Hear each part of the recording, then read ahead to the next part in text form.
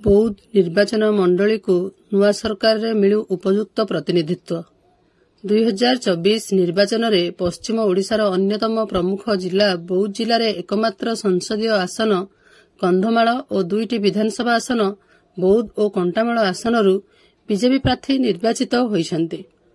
बौद्ध विधानसभा आसनरू निर्वाचित होइछन्ति बीजेपी प्रार्थी सरोज कुमार प्रधान।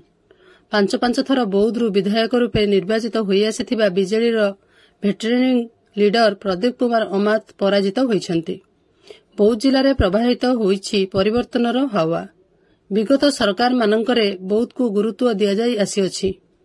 विगत समय बौद्ध आसनरू निर्वाचित नटवर प्रधान राज्य मंत्रिमंडलर आईन और जंगल विभाग भली मंत्री पद पाइथिले।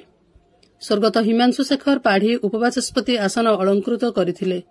सच्चिदानंद दलाल थिले बीजेडी पक्षरु विरोधी दल नेता। स्वर्गत नटवर प्रधान ज्वाई प्रदीप कुमार अमात मध्य विभिन्न गुरुत्वपूर्ण मंत्रीपद पाइथिले।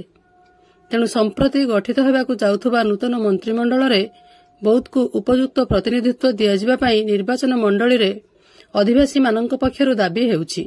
बौद्ध निर्वाचन मंडली रे अनेक अनग्रसर अंचल रहिछि।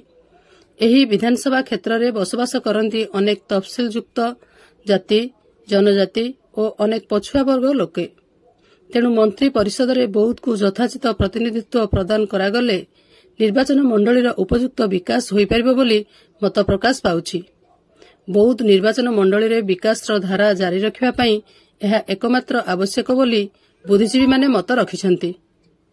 बौद्धरू बैद्यनाथ सामलଙ୍କ सहित चित्तरंजन सिंह रिपोर्ट मो जिला खबर।